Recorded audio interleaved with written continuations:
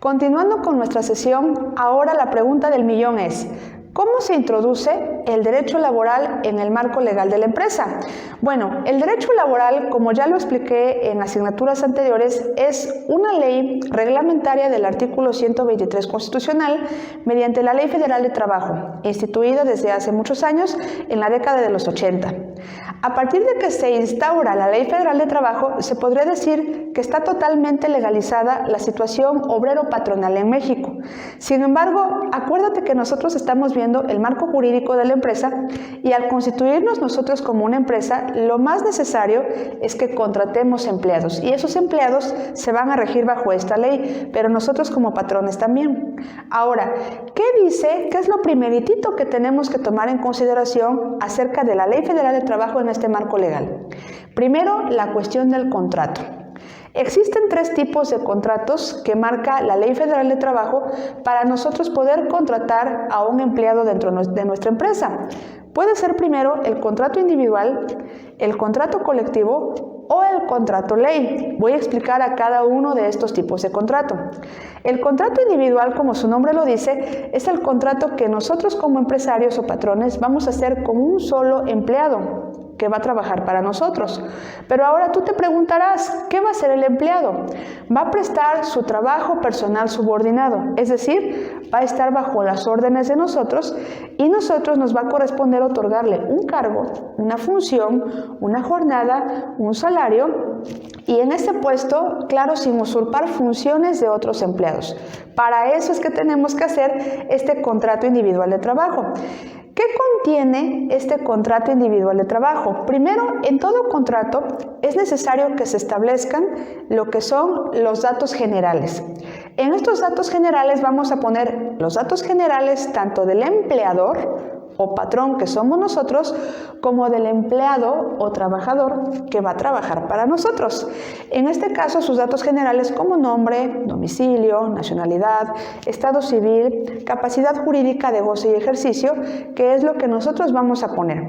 Y una vez enumerados los datos generales, a continuación viene el capítulo de declaraciones.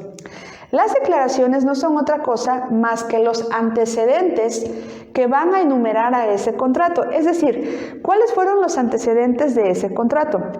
Un ejemplo de antecedente pudiera ser que nos constituimos en una legal empresa y como tal necesitamos contratar personal. Ese es un antecedente. El otro antecedente puede ser que nosotros pusimos un cartel que solicitábamos empleados o personal para trabajar aquí.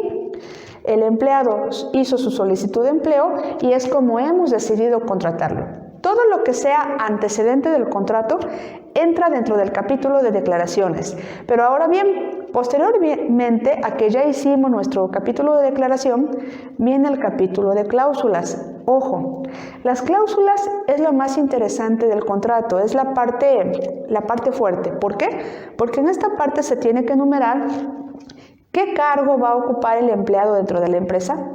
Y en este cargo tengo que ser muy específico porque una vez delimitado el cargo tengo que ponerle a continuación cuáles son sus funciones. ¿Por qué es necesario que se le pongan cuáles son sus funciones? Porque con este fin vamos a evitar que usurpe funciones de otros empleados. ¿Por qué? Porque aquí están delimitadas cuáles son tus funciones y qué es lo que vas a hacer. ¿Sale? Posteriormente viene cuál va a ser su salario y en qué forma se le va a pagar, diario, semanal, quincenal, mensual, semestral. Hay que especificar en qué modalidad se le va a pagar, si también va a ser depósito a cuenta bancaria, va a ser en efectivo, va a ser mediante cheque, qué modalidad de pago va a tener. Ahora, también se tiene que especificar qué jornada va a tener el trabajador. En la jornada, si vas a trabajar de 9 de la mañana a 5 de la tarde, en el caso de que trabajes tiempo extraordinario, lo que mejor conocemos como horas extras, ¿cómo se te van a pagar esas horas extras? ¿Sí? ¿Qué días vas a trabajar? De lunes a sábado, domingo para descansar.